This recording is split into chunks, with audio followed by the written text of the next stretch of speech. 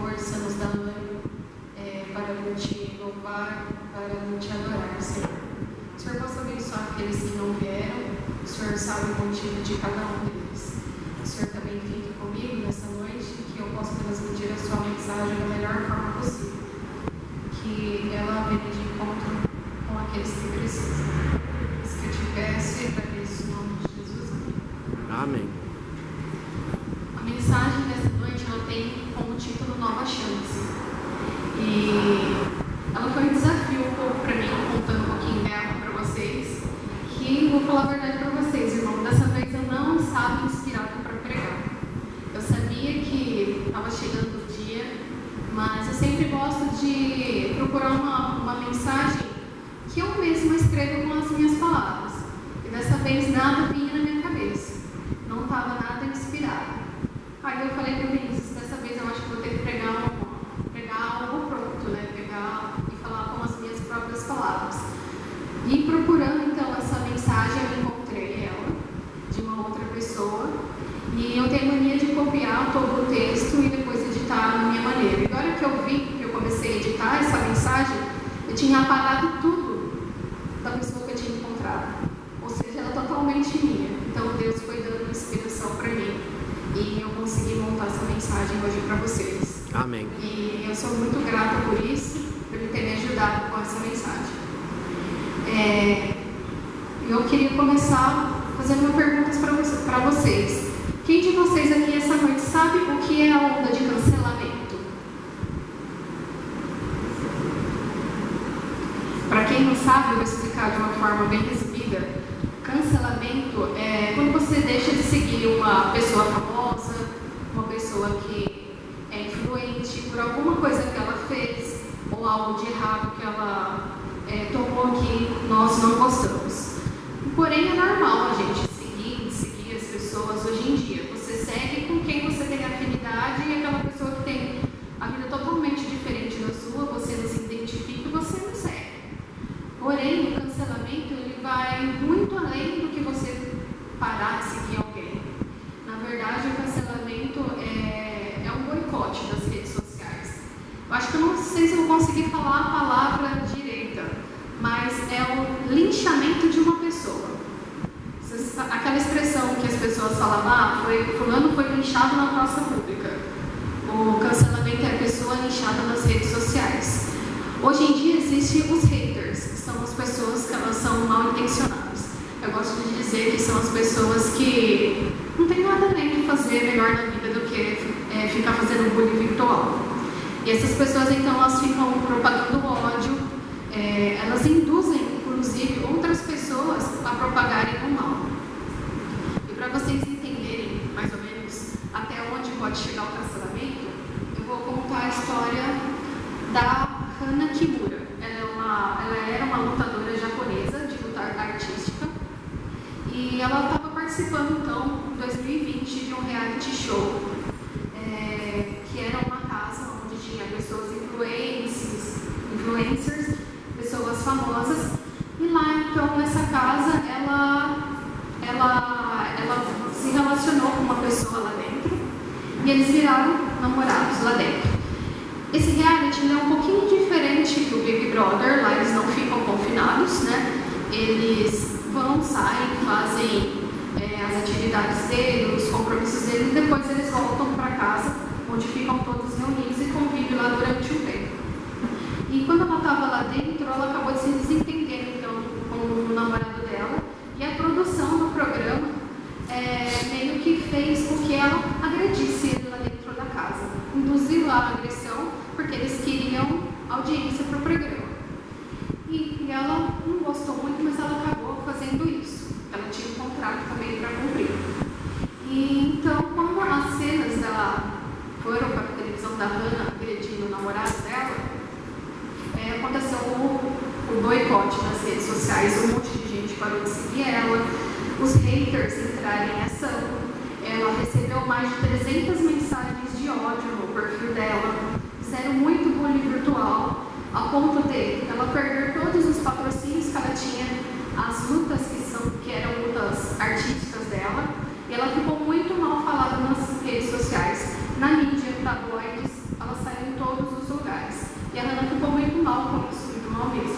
Até que um dia a Hannah ela recebeu uma última mensagem que dizia assim: a sua personalidade é horrível, vale a pena viver a sua vida? Quando você vai morrer? Então, pouco tempo depois que a Hannah recebeu essas mensagens, no dia 23 de maio de 2020, com apenas 22 anos, ela tirou a sua própria vida. Tudo que ela estava vivendo e mais essa última mensagem acabou com ela e ela decidiu tirar a própria vida. E quando eu vi essa história, realmente em 2020 eu fiquei assim, muito chocada. E eu pensei, nossa, até onde vai o ser humano, né? Até onde que ele é capaz de chegar para acabar com a vida de alguém, seja uma pessoa pública, seja uma pessoa privada, até onde vai o mal das pessoas, né? E com isso, montando esse sermão, veio então a história da Hannah na minha cabeça. E eu fiz uma analogia com o que a gente vive hoje. Então, será que alguma vez na minha ou na sua vida a gente não cancelou alguém? Será que a gente teve algum desentendimento e a gente, ao invés de tentar resolver, a gente afastou a pessoa, saiu da vida dela e ainda por cima a gente falava mal dela por trás? Será que a gente nunca cancelou algum pastor que errou? A gente parou de seguir ele e fazia fofoca dele? Será que a gente não parou de falar com aquele irmão que nos magoou? Com pessoas próximas de nós, família, amigos, por algum desentendimento? Tenho certeza, eu espero que nenhum de nós tenha que chegar no ponto igual chegou os haters da Hannah. Mas será que por orgulho e por mágoa de perdoar as pessoas que nos ofenderam, a gente se afasta? A gente cancela essas pessoas da nossa vida porque a gente não tem coragem de dar uma nova chance? Então essa foi a reflexão para vocês também. Dar uma nova chance, irmãos, também é perdoar. O perdão é uma característica nobre, mas ela é pouca praticada. Na teoria, ela é pregada, ela é citada, mas na vida real, ela é bem difícil de ser exercida. São poucas pessoas que conseguem perdoar rápido, de maneira sábia. Ainda mais quando alguém erra com você ou te machuca. Eu falo por mim mesmo, eu tenho essa dificuldade realmente de perdoar com facilidade. Ainda mais dependendo do que a pessoa fez para mim. Eu gosto até de brincar um pouquinho, falar um pouquinho da minha mãe, porque ela perdoa muito rápido. Perdoa muito fácil, a pessoa pode pisar, magoar ela, e ela perdoa. Às vezes eu falo assim para ela: mãe, para de ser culpa dos outros. Mas ela vai lá, mesmo se ela não está errada, ela vai lá e pede perdão. E realmente é isso que Deus espera de nós, que nós seguimos esses exemplos. Porque vale a pena lembrar que nós somos seres humanos, somos pecadores e nós também erramos. E o perdão de Deus, ele é liberado todos os dias na nossa vida. Perdoar é deixar aquilo que ficou lá, deixar aquilo no passado, é dar uma nova chance. Se você escolheu perdoar, se você escolheu se reconciliar com a pessoa e deixar ela perto de você, na sua vida, você não pode ficar tacando na cara dela, literalmente falando aquilo que ela fez no passado. Se você escolheu perdoar ela, deixar ela do seu lado, você tem que esquecer o que aconteceu e seguir daqui para frente. Vou continuar, vou tomar um pouquinho de água.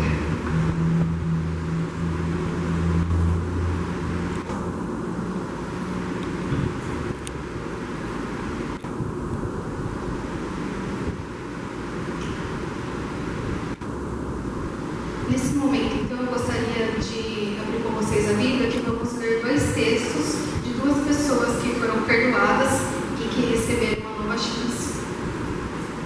Vamos abrir nossas Bíblias em Lucas 19, de 2 a 9.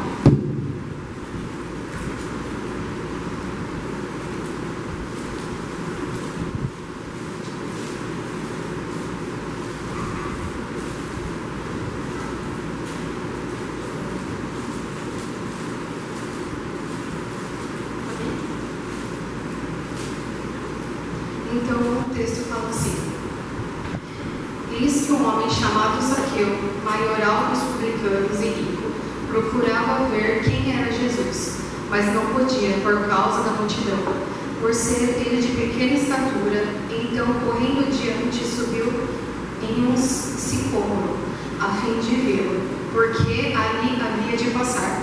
Quando Jesus chegou àquele lugar, olhando para cima, disse: Zaqueu, desce depressa, porque na sua casa me convém ficar. Em algumas traduções, ou até mesmo quando eu era criança, falava: desce depressa, porque na sua casa eu vou pousar. Então ele desceu depressa e recebeu com alegria.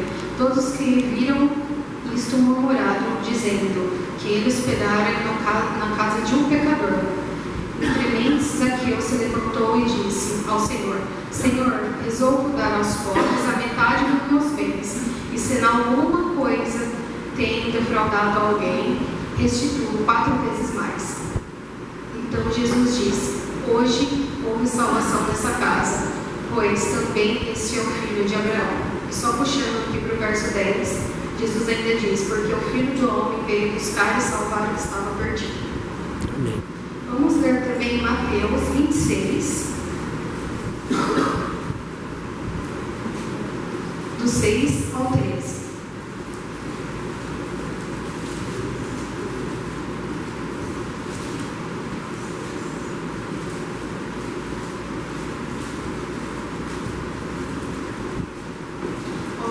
Estando Jesus em Betânia, em casa de Simão, o leproso, aproximou-se dele uma mulher trazendo um vaso de alabastro, cheio de um precioso bálsamo, que lhe derramou sobre a cabeça, estando ele à mesa.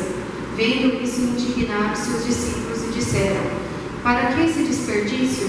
Pois esse perfume podia ser vendido por muito dinheiro e dar aos pobres.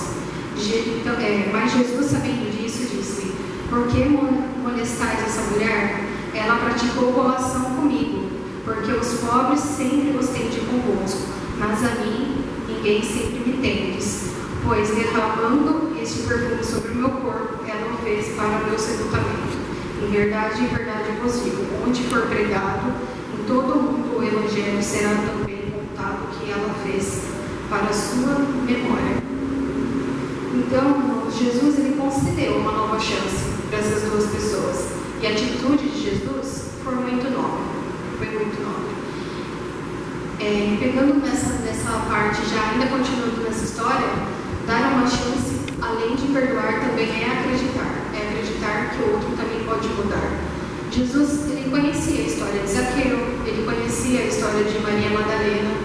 Não fala o nome, mas pesquisando seria Maria Madalena, a mulher aqui. Sabia que eles haviam errado, mas Jesus acreditou nessas duas pessoas, acreditou que eles poderiam mudar e fazer de uma forma diferente. E voltando aqui na história rapidinho, só vou citar, não precisam voltar na história de Zaqueu, em Lucas. Uma coisa que eu acho muito bonita, assim, na parte de Jesus, é que Jesus ele não se importa o quanto que Zaqueu errou. Até porque ele fala: Zaqueu, desce depressa, que na sua casa eu vou pousar.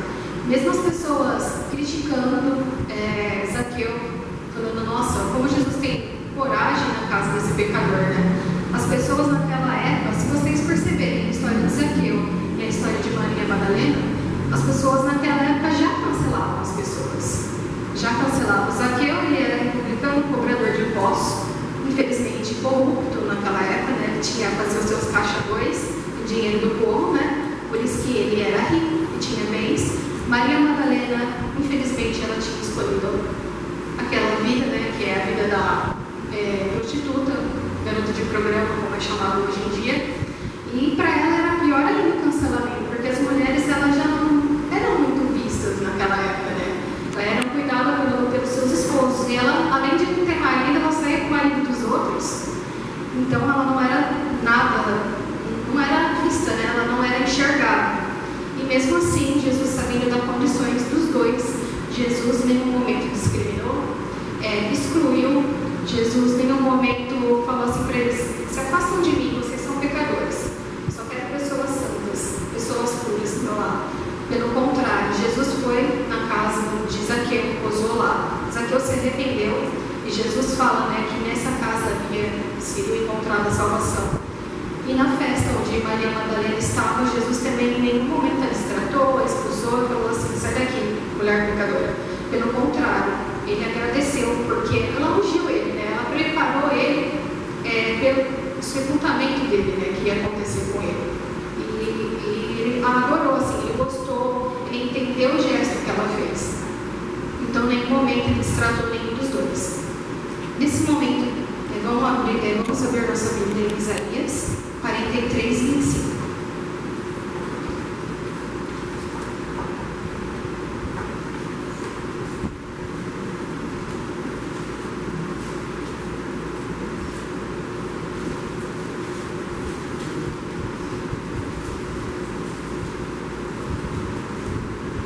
Então, aqui Isaías fala: eu mesmo, sou eu que amparo as tuas transgressões, por amor de mim, os teus pecados não me lembro mais.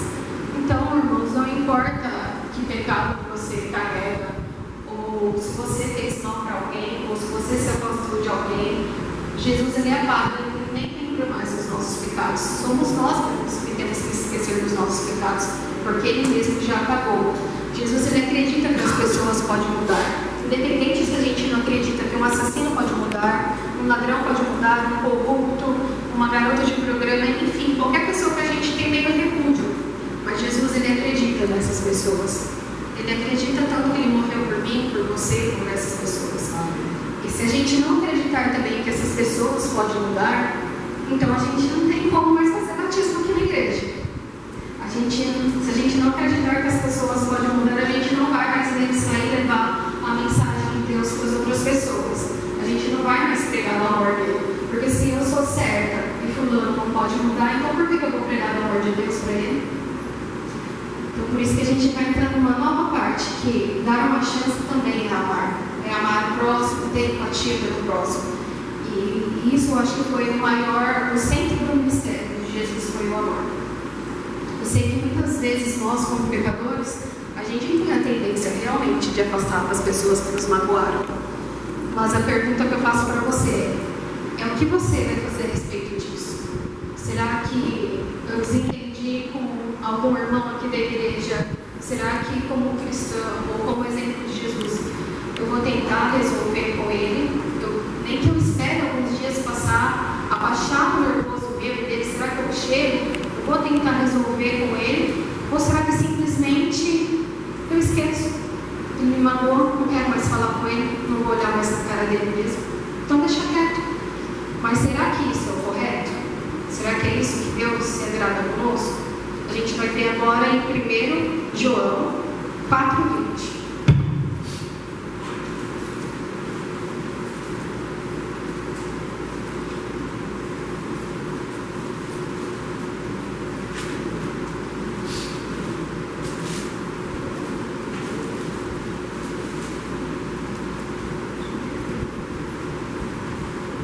Se alguém disser eu amo a Deus e odiar o seu irmão, é mentiroso, pois aquele que não ama o seu irmão a quem vê, não pode amar Deus quem não vê.